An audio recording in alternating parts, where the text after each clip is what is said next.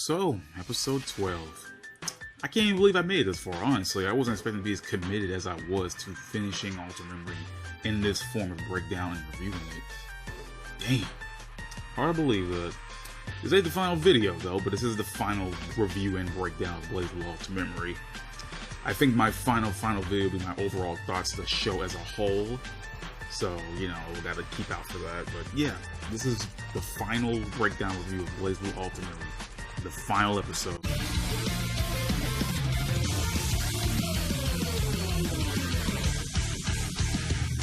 So the episode begins with Ragna heading off to save Noelle, though even though Kokonoe claims that there is no way of saving her in this state, and that Rachel says that Noelle is now beyond even her own power. Ragna asks what will happen if Noelle goes into the cauldron, with Rachel telling him that if she does, the world will end since that is Noelle's purpose, to destroy. Jin and Ragna continue their battle with Noelle, with Ragna telling her that she's just Noelle, not Kusanagi nor the God Killer's sword. As the three battle, Rachel and Hakumen are watching over them. Rachel remembers a conversation she had with Ragna before he confronted Noelle. She tells Ragna that the Azure Grimoire functions essentially like a cauldron, and with it, Ragna can easily shatter Noelle's soul, and if he can't, Hakumen will be ready to cut her down. Back in the present, Hakumen tells Rachel that she knows that Ragna and Jin can't win, and if Rachel says if they can't, he can cut Noelle down, something Hakumen gladly agrees to. Noelle expresses her hatred towards the world and everything in it, that everyone is two-faced and that everything is a lie and that she needs to destroy it all. As Noelle summons her large blade, she says that she hates the world and the world hates her. Noelle throws her large sword down, hitting Ragna directly, but despite that, he stands back up once again, fighting back against Noelle's laser barrages. Listen, you. Survival of target confirmed. Readying barrage.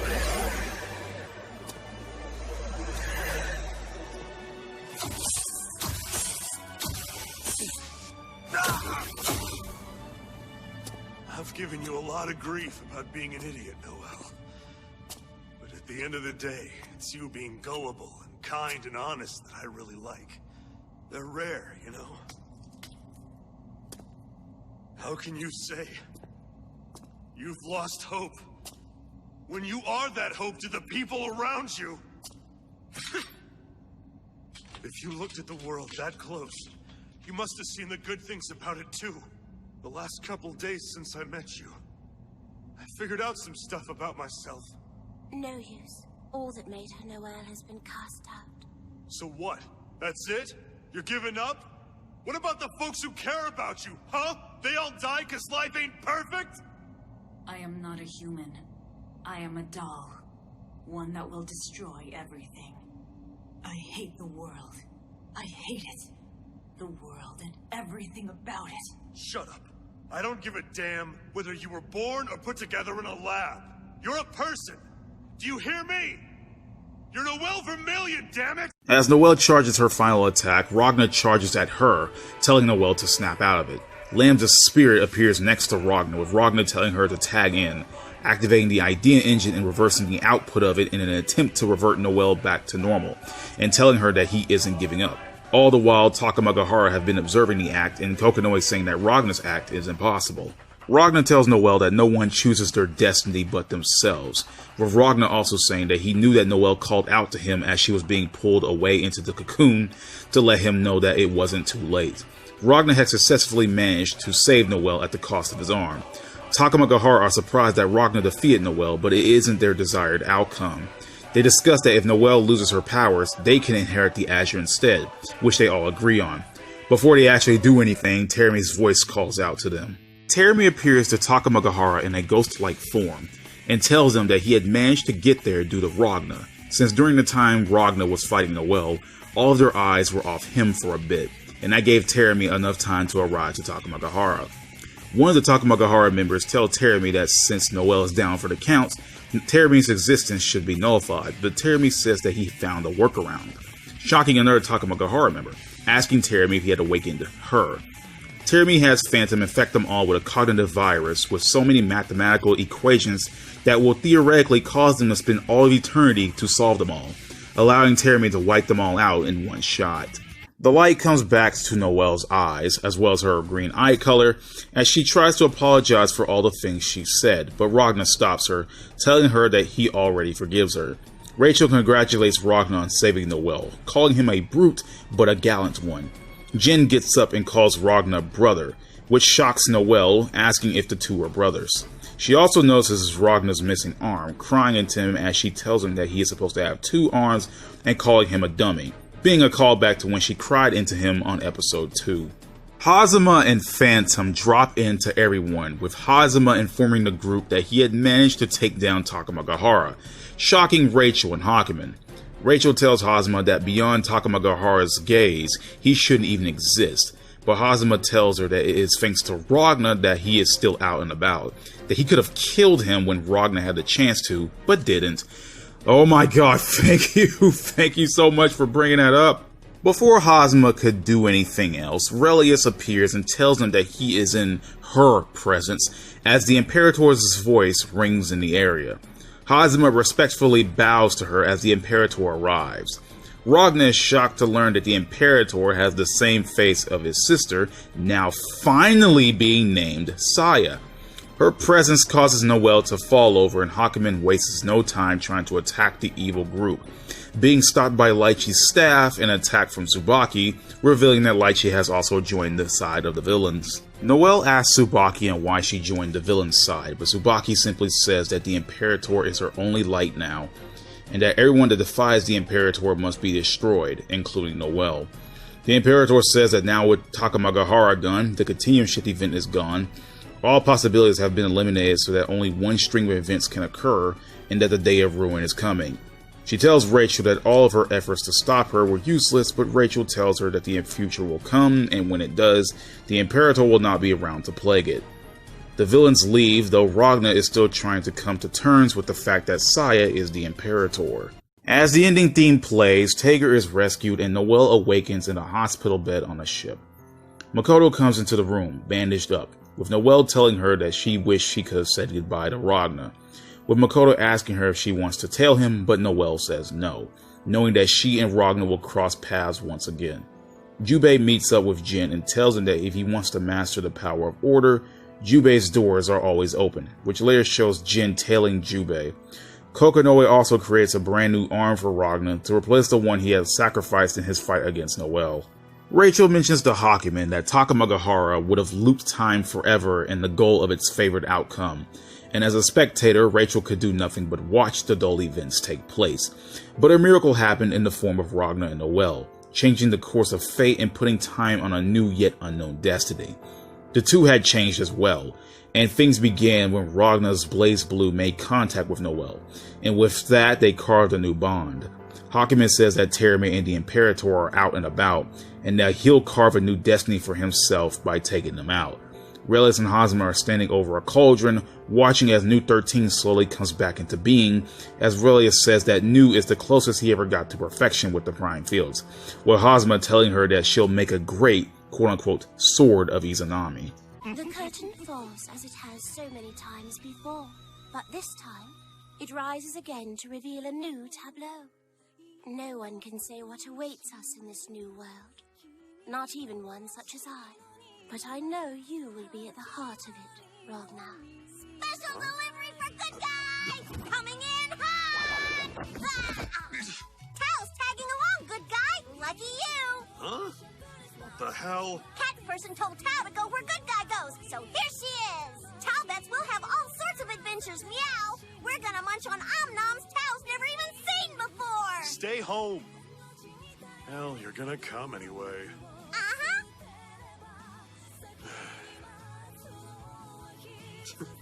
Moving out, Taukaka. Where are we heading, good guy? To Ikaruga. The path will be rocky. You will struggle and suffer and grasp as though blind. But throughout all your trials, one certainty will ring true. At the moment that this new world came into being, you won us a measure of hope. Whatever may happen next, be brave, Ragna the Bloodedge, and protect that fledgling hope for all of us.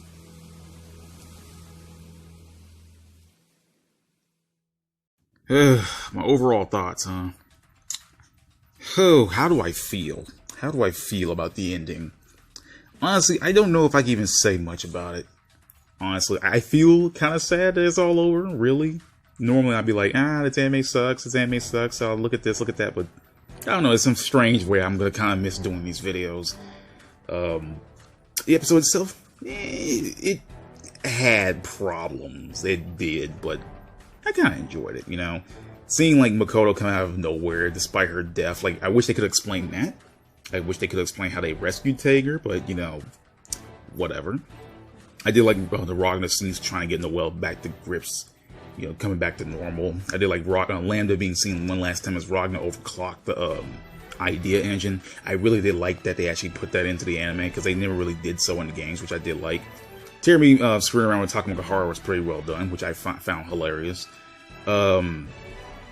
Seeing Lychee on the villain side made no sense. I mean, I get that, you know, they showed earlier that that Hazma was trying to, like, you know, get Lychee to get him back to normal, but it didn't really lead up to that. It's just now she's a villain, you know.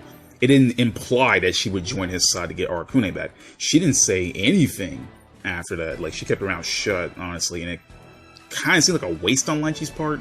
I don't know why they bothered, but, you know, whatever. And again, this happens in the games too, but honestly, it doesn't really count because this Continuum Shift, and, you know, whatever, it doesn't matter.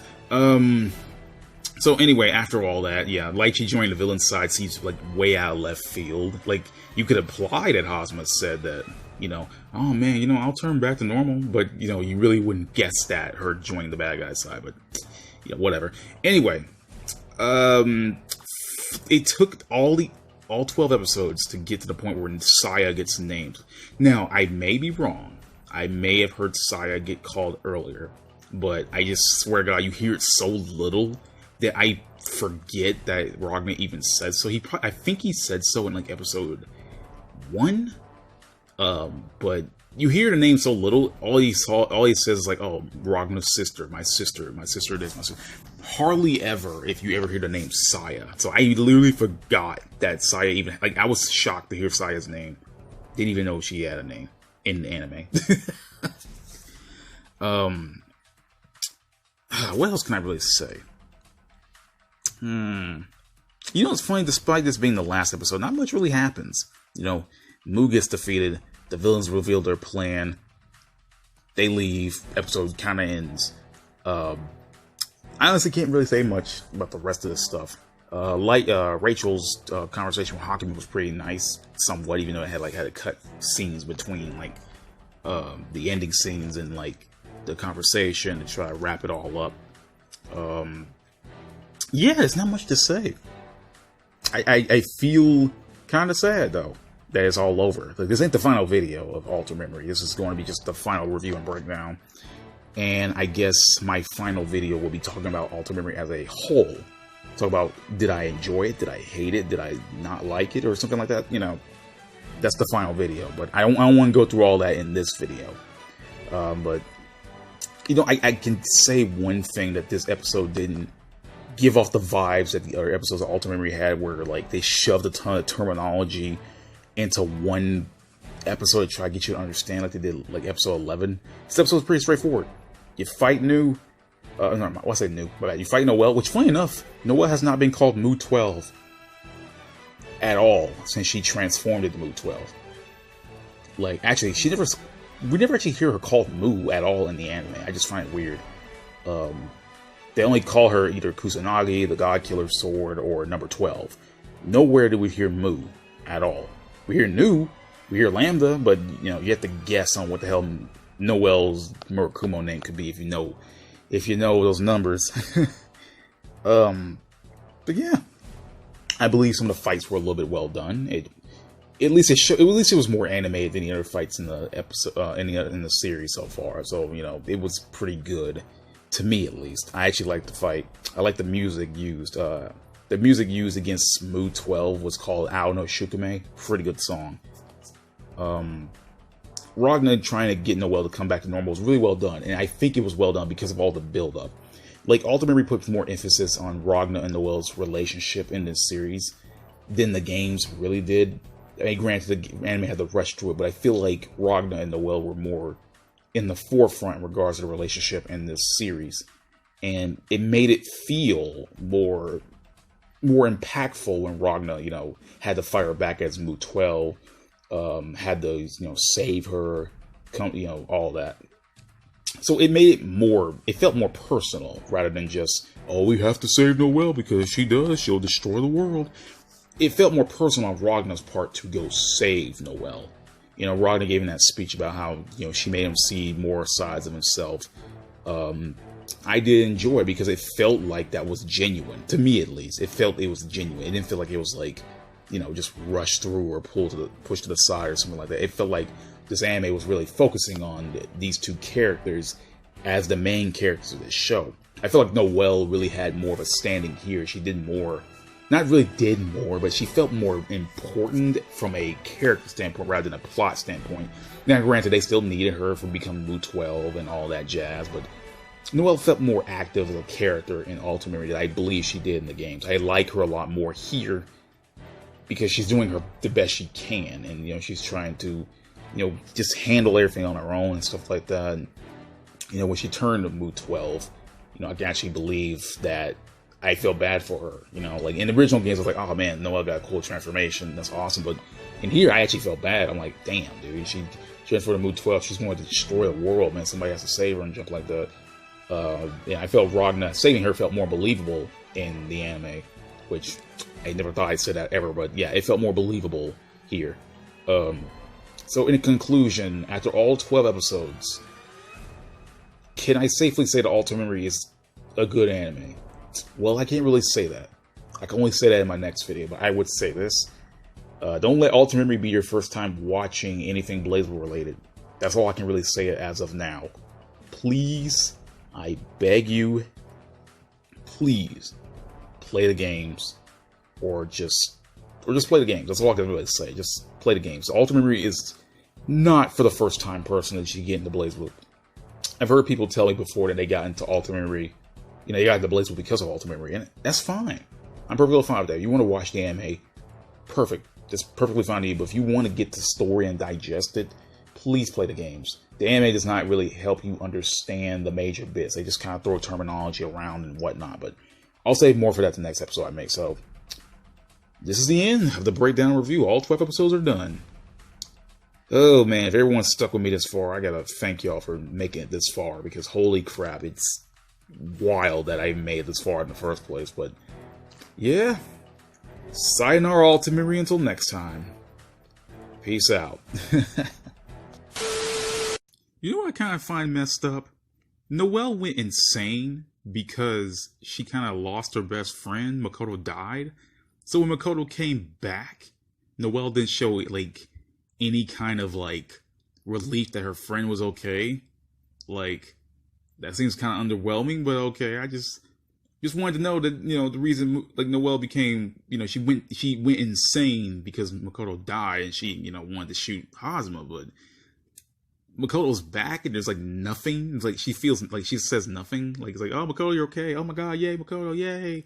No, just no tears, no nothing. Damn, dude, Makoto gets treated like shit, dude. Like, honestly, Noelle cried more tears over Tsubaki, who actively hated her and wanted to kill her. And her best buddy, Makoto, gets nothing. Damn. Like, Makoto gets nothing, dude. She gets tortured, thrown over, comes back. Her friend doesn't even care. Damn.